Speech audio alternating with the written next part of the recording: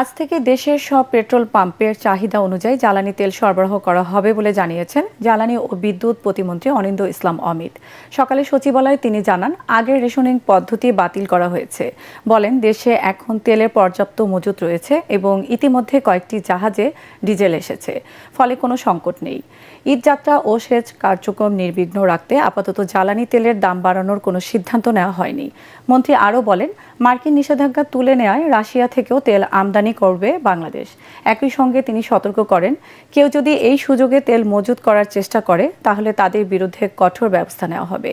পাম্পগুলোতে পর্যাপ্ত সরবরাহ রয়েছে এবং কোথাও কৃত্রিম সংকট সৃষ্টি করা হলে সরকার ব্যবস্থা নেবে বলে হুঁশিয়ারি দেন প্রতিমন্ত্রী। জ্বালানি তেল বিক্রিতে রেশনিং আর নেই। তারপরও তেলের অভাবে শনিবার রাতে রাজধানীর অনেক পেট্রোল পাম্প বন্ধ ছিল। দেখা গেছে ব্যক্তিগত যানবাহনের দীর্ঘ লাইন। ফিলিং স্টেশন সংশ্লিষ্টরা জানান, ডিপো থেকে পর্যাপ্ত তেল সরবরাহ না করায় বাধ্য হয়ে বন্ধ রাখতে হচ্ছে পাম্প। ফলে ভোগান্তি কাটেনি গ্রাহকদের। জেমস হামিমকে সাথে নিয়ে আশিকুর রহমান জানাচ্ছেন বিস্তারিত। ঈদ যাত্রায় মানুষের ভোগান্তি কমাতে তেল বিক্রির সীমা তুলে দেওয়ার সিদ্ধান্ত নিয়েছে সরকার। শনিবার দিবাগত রাত থেকেই ওই সিদ্ধান্ত কার্যকর হওয়ার কথা, কিন্তু বাস্তব পরিস্থিতি দেখা গেল ভিন্ন। পাম্পগুলোতে প্রয়োজনীয় তেল মেলেনি। তাই রাতে জ্বালানি পেতে ঘণ্টার পর ঘণ্টা লাইনে দাঁড়িয়ে থাকতে দেখা গেছে যানবাহনের সারি। রাজধানীর বেশিরভাগ পাম্প বন্ধ।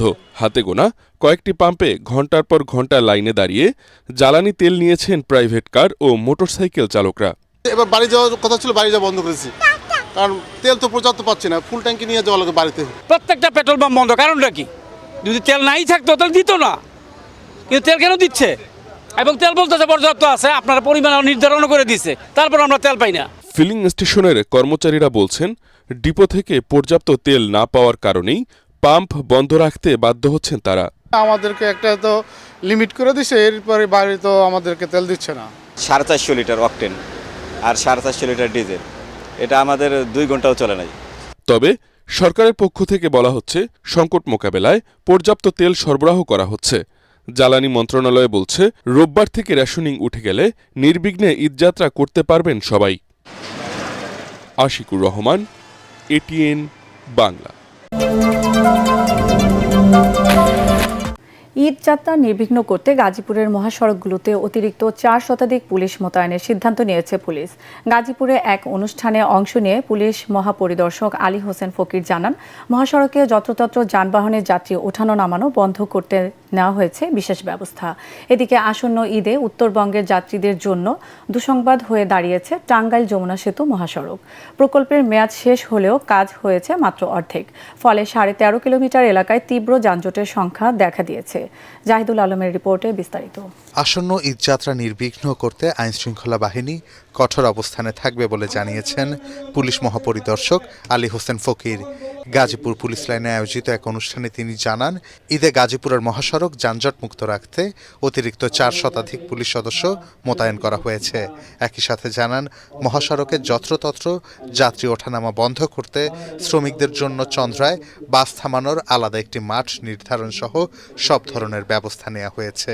আমরা ইতিমধ্যে হাইওয়ে পুলিশ, জেলা পুলিশ এবং অন্যান্য সংস্থা, পুলিশের অন্যান্য সংস্থাকে বলা হয়েছে যে ট্রাফিক পুলিশের পাশাপাশি তারা দায়িত্ব পালন করবে এবং সড়কে যাতে অনাকাঙ্ক্ষিত কোনো গাড়ি অতিরিক্ত সময় দাঁড়িয়ে থেকে কোনো ট্রাফিক কনজেশন তৈরি না করে সেই ব্যাপারে আমি নির্দেশনা দিয়েছি পুলিশের কোয়ার্টার থেকে সকল ইউনিটকে।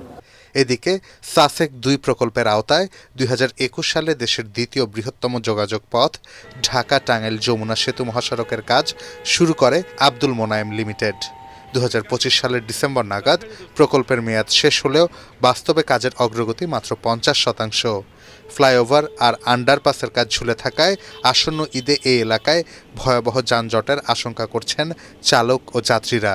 এবারে রাস্তা ক্লিয়ার কাজ চলতেছে, এই জন্য রাস্তার এই অবস্থা হবে। কাজ চলতেছে, ঈদের মধ্যে তো জাম হবেই, এটা নিশ্চিত। রাস্তার কাজ চলতেছে, এর জন্য বেশি চাপ থাকে। যদি প্রশাসন সঠিকভাবে নিয়ন্ত্রণ কাজ করে তাহলে আমরা সঠিকভাবে বাসায় যেতে পারবো। ঠিকাদারি প্রতিষ্ঠান বলছে, ঈদ যাত্রার আগেই 4 লেন উন্মুক্ত করার। এখন পর্যন্ত যতগুলো কাজ আছে তার মধ্যে অলমোস্ট 50% কাজ সম্পন্ন হয়েছে। আগামী ঈদকে সামনে রেখে আমরা যে কাজটা করছি, যে আমাদের দুই সাইডেই 4 লেন রাস্তা উন্মুক্ত থাকবে। ঈদযাত্রা নির্বিঘ্ন করতে যমুনা সেতুর দুই প্রান্তে 18টি বুথ সচল রাখার পাশাপাশি মোতায়েন থাকছে 1000 পুলিশ সদস্য। আশা করতে পারি যে আমরা যেহেতু এখন থেকে আমরা প্রস্তুতি নিচ্ছি যে জনগণ যেন নির্বিঘ্নে, জনসাধারণ অথবা ঈদে গড়মুখী মানুষ যেন নিশ্চিন্তে আপনার বাড়িতে যেতে পারে। অবকাঠামোগত সীমাবদ্ধতার মাঝেও সাধারণ মানুষের প্রত্যাশা, সমন্বিত প্রচেষ্টায় এবারের ঈদযাত্রা হবে স্বস্তির। জাহিদুল আলম, এটিএন বাংলা।